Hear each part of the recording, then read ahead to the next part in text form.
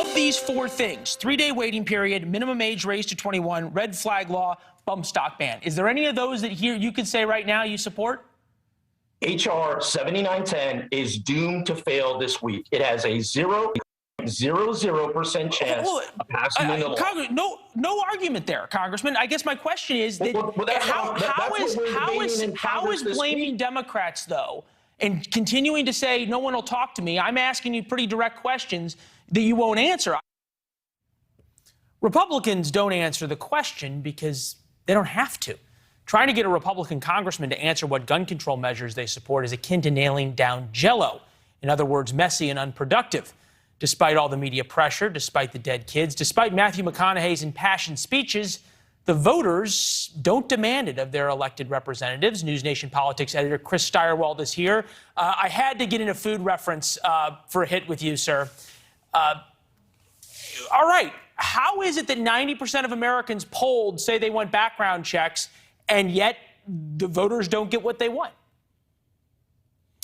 Well, there are background checks. There are gaps for private sales between individuals where that could slip through, but that has not ever been, to my knowledge, I'm not aware anyway, of where that has been a major factor in these things. Very often the weapons are bought legally, background checks are administered, and people buy the firearms. So Americans want background checks.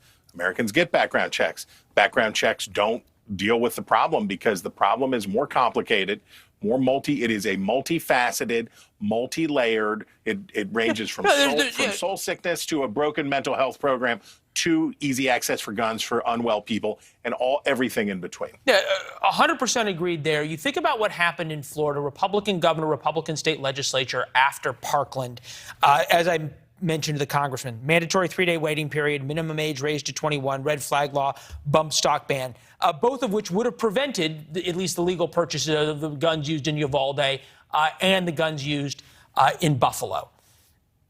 Will that Do you know what else would have? Well, go ahead. Would that kind of compromise work right now in the Senate, in the House, or do Republicans want cover and Democrats would rather say Republicans voted against a much larger and more comprehensive bill? Well, you can make it even, I'll get to that, but you can make it even more specific than Florida. In Texas, after the 2017 massacre in San Antonio, Greg Abbott, the current governor of Texas, and Republicans in the legislature said, we're going to do a bunch of stuff that will deal with problems like this. We're going to address school shootings. And do you know what they did? When much of that legislation, and it was compromise legislation aimed at being acceptable to Republicans, it got into the State House in Austin, and there it perished, and there it went away. Much of the effective provisions went away.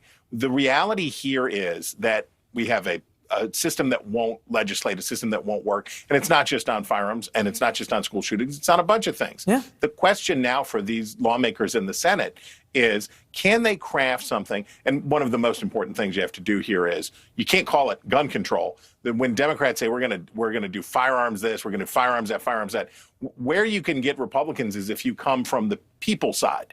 So if you come from the people side and you say, let's talk about red flag laws for individuals. Let's talk about how we're gonna limit access. And this was one of the things that they did in said they were going to do in Texas, then failed to do, which is let's hold accountable people who don't secure their weapons and they get stolen by people who commit crimes with them.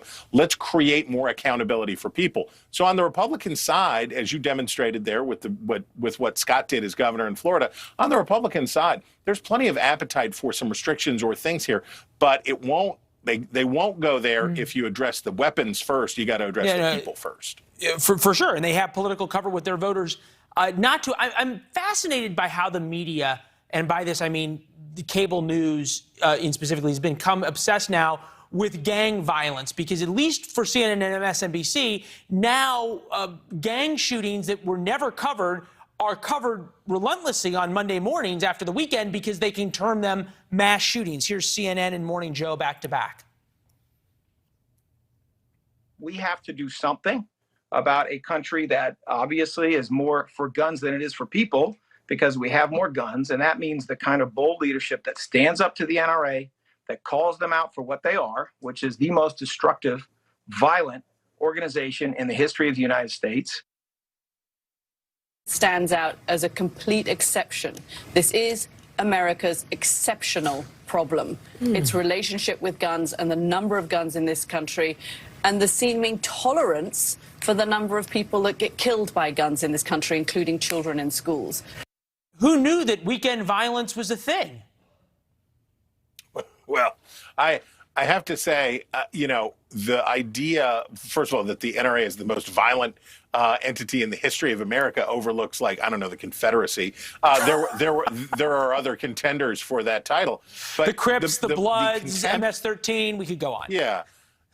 The contempt that you hear there in those people talking is, there are two Americas. There's gun America and there's not gun America.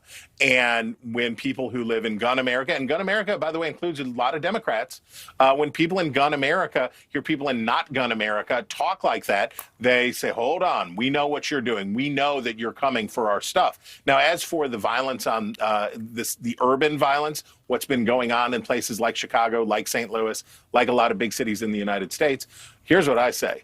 I welcome hypocrisy. I welcome hypocrisy if it gets everybody in the right place. And those crimes should have been getting attention that they weren't getting before.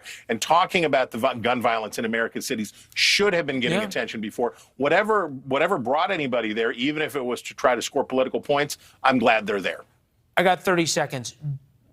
How do we make the distinction, enforce the distinction in conversation between crazy guy who at 18 years old goes and buys 2 ARs and shoots up a school and kills 19 versus the usual gang violence that is tragic and awful in America's cities, but now being lumped together to push legislation that is much more about taking firearms away than it is about preventing either crime?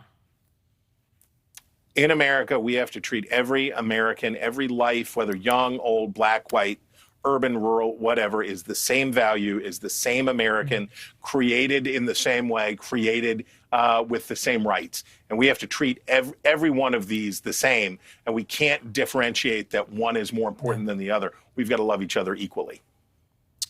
Couldn't think of a better place to end that. Chris Stirewalt, nice to see you. See you throughout the week, especially on Thursday for our coverage. We'll be right back.